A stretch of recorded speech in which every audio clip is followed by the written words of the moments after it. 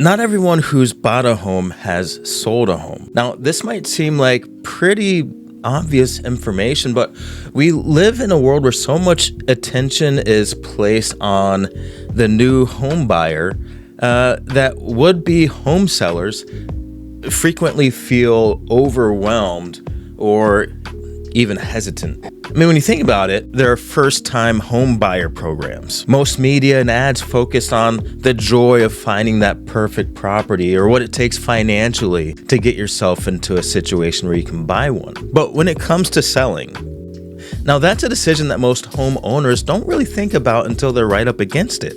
And that leaves you susceptible to agents or programs that might not be in your best interest. Maybe that looks like someone who promises you the world but doesn't do much to deliver it. Or perhaps it looks like a streamlined process that makes you leave a lot of money on the table or maybe put that money into somebody else's pockets. As a matter of fact, most of the stress that people experience when trying to sell their home is due to the fact that they put the steps in the wrong order. But how are they supposed to know that order? The selling process is complicated, and if you don't know what that process is, that's okay because you've got other things to think about. Today, I'm going to break down the exact timeline that it will take for you to go from thinking about selling to finally selling and moving forward. I'm Dalton with Pike North Property Group, and I want to be your go-to when it comes to real estate transactions. And just remember, I handle residential and I handle commercial transactions with buildings up to about 15,000 square feet. We'll also cover the market update like we do every week, and I'm going to tell you a little bit more information about myself that I think is pretty important when it comes to finding a realtor that you want to work with. So without further ado, let's get into it. So you want to sell your home. Let's dive right in because there's a lot to cover. First, you want to establish your foundation, your strategy. You aren't just selling a home, you're moving a life. You need to establish what your goals are for selling and moving and what your timelines are to do so. This is key to staying focused and motivated when inevitably the process of selling your home gets a bit tedious, maybe intense or overwhelming. The next step is to call me. I'll cover what to expect from your realtor during the workup to listing your property, showings, open houses, reviewing offers, closing, and everything in between. Once you've decided that I'm the right realtor for you, we'll sign the listing agreement. This will move us seamlessly into a formal partnership, and we can discuss in greater detail the kind of preparations that you need to do to sell your home. Here's a hint. Don't just spend $5,000 remodeling your bathroom before listing. The preparation you do is tied closely to your goals and your time frame. If you need to sell your home quickly, maybe refurbishing the bathroom is not something that you do and you focus more on a lower price that makes the home sell faster. Or maybe it's in a buyer's market, because in that situation, a home with a stronger maintenance record might outsell one that has a fancier vanity. And when the prep is done, it's time to market your home. And this is where a competent realtor really helps to remove you from the chaos. I'll help you look at the market, examining your home's features, characteristics, and all these things will help to inform you what the best listing price is. Remember, it's the homeowner that makes the decisions, not the realtor. Your realtor's job is to keep you safe, informed, and keep the process moving forward smoothly. I'll list your home on MLS and its client search engines.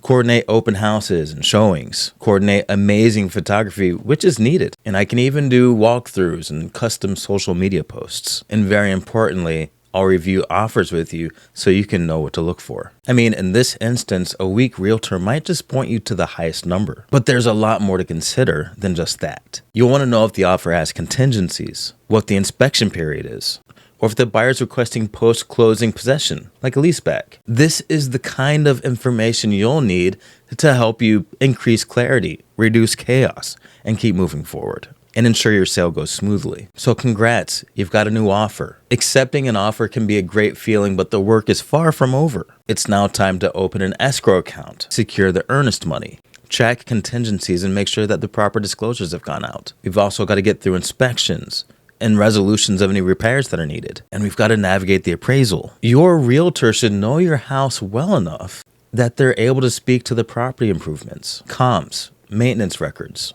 and other information that your appraiser needs. Your buyer's lender might also need HOA documents, other architectural and planning information, surveys. Your realtor should be there every step of the way. So the next logical question is, what makes me specially qualified to sell your home? The first answer to know is I'm a realtor. That's all I do. I study the market. I make it a point to know the area. And I'm truly passionate about houses and buildings. I'm a third-generation realtor. My sisters are realtors in Colorado. We discuss real estate regularly, and they're constantly looking at different ways to better serve clients. I'm a former U.S. Marine officer and a current racing driver. I'm at home under pressure. And you're gonna want someone who can think clearly, even when, well, especially when the stakes are high. And I spent years as a technical program manager, an information architect. Why is that helpful? Because we live in a time where nearly 100% of people consult technology when purchasing a home, whether that's AI, search engines, websites, online signings. You're going to want someone who's comfortable with technology. And I still work on cars. I help my wife in the garden. Homes and buildings sometimes require getting things done the old-fashioned way. I mean, it's not always needed, but your realtor shouldn't be afraid of getting their hands dirty. And at the end of the day, every neighborhood is a little bit different. If you want to talk specifics about your neighborhood, your personal timeline, drop me a message below. Let's grab a coffee. No pressure, just strategy and a path forward. Now, let's take a look at the weekly market update. And by the way, the average mortgage rates across the nation for a 30-year fixed is 6.25%, for a jumbo, 6.85%, and for a VA loan, 6.26. The median list price in DFW and A is $452,000, and that is a slight downgrade from what it was before. So that means home prices are correcting. And it's not just that home prices are going down, it's that the new list price is now starting to be a little bit more favorable for buyers, even if just by small margins. The price per square foot is at about $199. Average days on market is down to 98. I always say this, we were at a high of around 109.